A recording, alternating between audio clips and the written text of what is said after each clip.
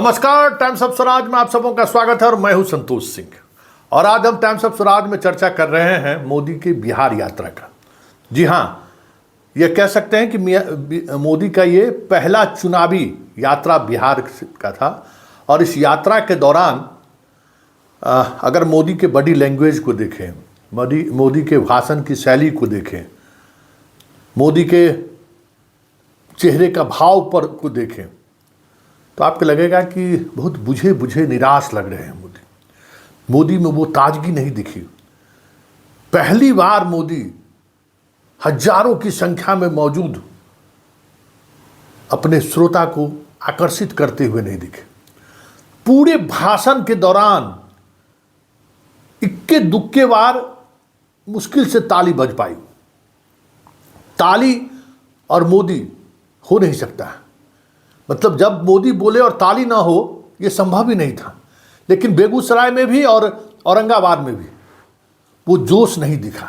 न जो आए हुए थे उनके पार्टी के कार्यकर्ता या जो जनता आई हुई थी उसको वो कनेक्ट नहीं कर पा रहे थे। जरा आप भी गौर से सुनिए और जरा महसूस कीजिए, क्या वाकई में वही मोदी है? जरा इस भाषण दोनों जगह लगा जैसे स्क्रिप्ट एक ही है। मतलब अमूमन मोदी के साथ ये नहीं होता है। आए थे विकास की घोषणा करने कि हम बिहार को बड़ा सौगात देने जा रहे हैं, लेकिन वो चीज़ें भी नहीं दिखी। लग रहा था जैसे अनमनस्क ढंग से मोदी बिहार आए हों या फिर अपने आप को बिहार से वो कनेक्ट नहीं कर पा रहे हैं। जब नीतीश कुमार, हाँ ये अलग बात है कि आज मंच पर औरंगाबाद में भी और बेगूसराय में नीतीश कुमार उनसे कहीं ज़्यादा हीरो बनते हुए दिखे। मतलब जो मंच पर उन्होंने जो दिखाना चाहा वो उन्होंने दिखा दिया। चलिए, लेकिन ज़रा देखिए मोदी जी को, उनके चेहरे को देखिए और उनके भाषण का देखिए। और वहाँ जो दर्शक मौजूद था, मतलब दर्शक यूँ नहीं कहे, मतलब पार्टी के कार्यकर्ता कहिए, जनता कहिए, वो अपने आप को कभी भी मोदी के साथ कनेक्ट नहीं कर पाया। ज़रा सुनिए मोदी क्या खास आज उन्होंने कहा। तो आपने सुना, अब जरा नीतीश को भी सुन लीजिए। औरंगाबाद में भी कमोबेश शैली यही था और यहाँ भी शैली उनका यही रहा कि अब हम लौट के नहीं जाएंगे। और सबको पता है कि नीतीश कुमार जब अगर इस तरीके की बात बोलते हैं तो कल से ही कयास लगना शुरू हो जाता है कि कुछ खेला तो नहीं होने वाला। लेकिन नीतीश का बॉडी लैंग्वेज देखिए और नीतीश की अपनी बात को देखते हुए देखिए। ज़रा सुन लीजिए, नीतीश को भी सुन लीजिए। तो आपने सुना, एक ही मंच पर मोदी और नीतीश दोनों मौजूद थे और ये दिखाने की कोशिश जरूर हुई कि नीतीश और मोदी पूरी तौर पर एक साथ हैं। कार्यकर्ताओं में जो उत्साह देखने को मिला उससे भी ये कोशिश हुई कि दोनों का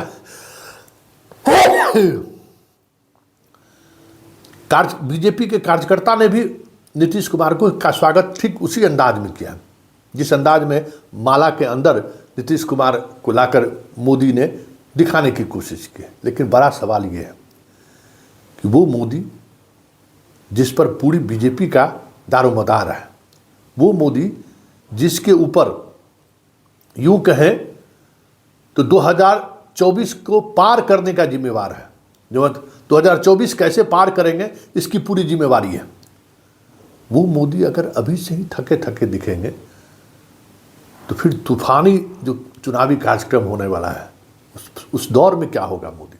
क्योंकि मोदी मतलब फ्रेश, मोदी मतलब हम काम की शुरुआत भी करते हैं, काम पूरा भी करते हैं और हम ही उसे जनता जनार्दन को समर्पित भी करते हैं।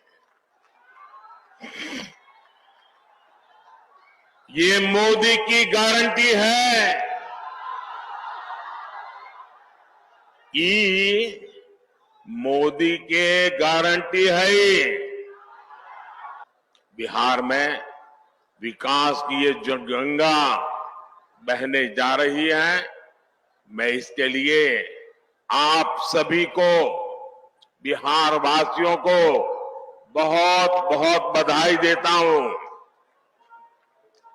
साथियों, आज बिहार की धरती पर मेरा आना कई मायनों में खास है।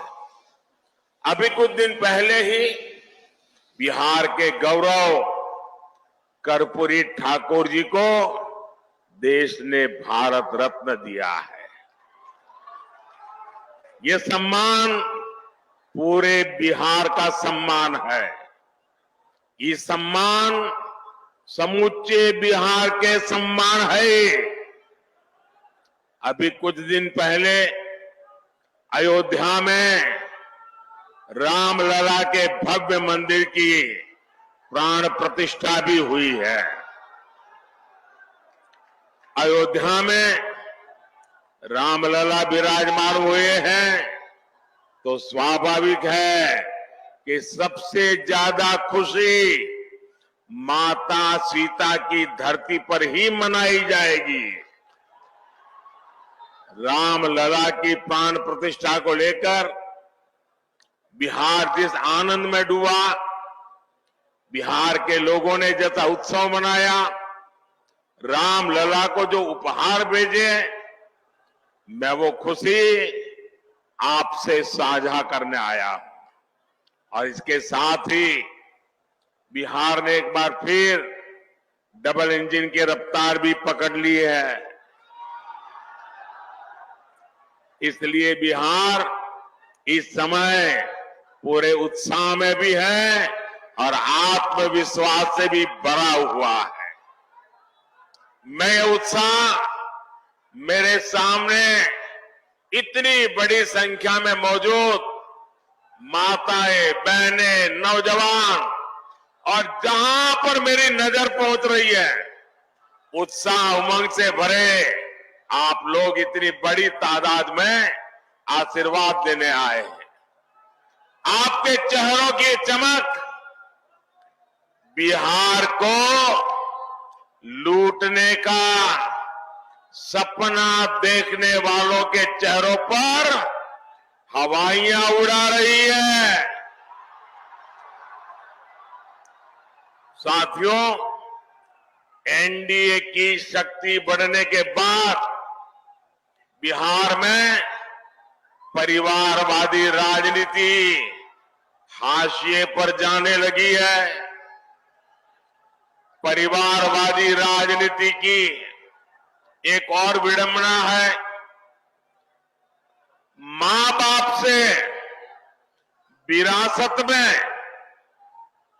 पार्टी और कुर्सी तो मिल जाती है, लेकिन मां बाप की सरकारों के काम का एक बार भी जिक्र करने की हिम्मत नहीं पड़ती है। ये है परिवारवादी पार्टियों की हालत। मैंने तो सुना है कि इनकी पार्टी के बड़े बड़े नेता भी इस बार बिहार में लोकसभा का चुनाव लड़ने के लिए तैयारी नहीं हो रहे हैं। और मैंने तो पार्लियामेंट में कहा था कि सब भाग रहे हैं।